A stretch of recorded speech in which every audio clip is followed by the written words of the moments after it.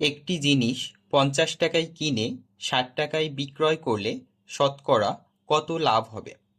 তো এই অঙ্কটা খুব ইজিলি এবং শর্টকাট ওয়েতে করার জন্য আমরা একটা সূত্র লিখে নিয়েছি। সূত্রটি হচ্ছে লাভের হার সমান লাভ গুণ 100 ভাগ ক্রয় মূল্য। এখন এই অঙ্কটার ক্ষেত্রে খেয়াল করো যে এখানে ক্রয় মূল্য এবং বিক্রয় মূল্য দুটা ইনফরমেশনই দেওয়া আছে।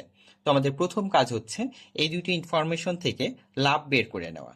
তাহলে লাভ কত হচ্ছে?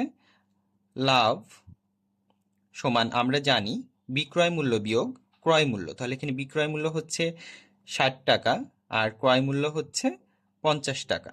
এখন এই দুইটা যদি আমরা মাইনাস করে ফেলি তাহলে রেজাল্ট বের হচ্ছে কত? 10 টাকা। এখন এই যে লাভ এবং ক্রয় মূল্য এই দুইটা আমরা এই সূত্রে অ্যাপ্লাই করব। তাহলে লাভ সমান বের হলো কত? 10 টাকা। এখানে সূত্রের 100 তো আছেই, আর ক্রয় মূল্য কত? 50 টাকা। তাহলে 50 টাকা আমরা এখানে অ্যাপ্লাই করি। এখন এটা আমরা নর্মালি ক্যালকুলেশন করি। ক্যালকুলেশন করলে কত হচ্ছে? 2 কাটাকাটি করলে, আর তাহলে রেজাল্ট বের হচ্ছে কত? 20। তাহলে এই 20%ই হচ্ছে আমাদের অ্যান্সার।